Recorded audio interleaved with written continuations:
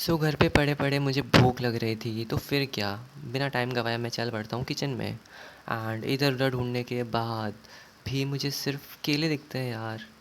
फिर थोड़ी और इधर-उधर हाथ मारने के बाद मुझे कुछ तो दिखता है, अरे वाह! ये क्या मैगी? तो बिना टाइम गवाए यार फिर मैं चल पड़ता हूँ बनाने मैगी। एंड फाइनली सॉरी, इसके लिए मैं अपनी आदत से मजबूर हूँ यार।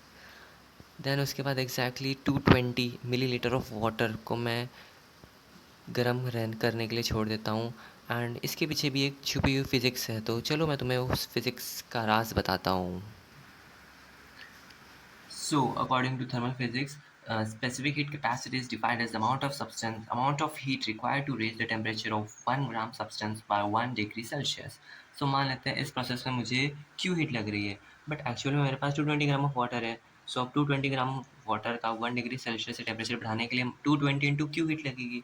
बट मैगी तो इतने हीट में पकने नहीं वाली है, एटलीस्ट मुझे 30 to 40 डिग्री सेल्सियस बढ़ाना पड़ेगा temperature. So finally, 220 into Q into 40 will be the heat required to make Maggi.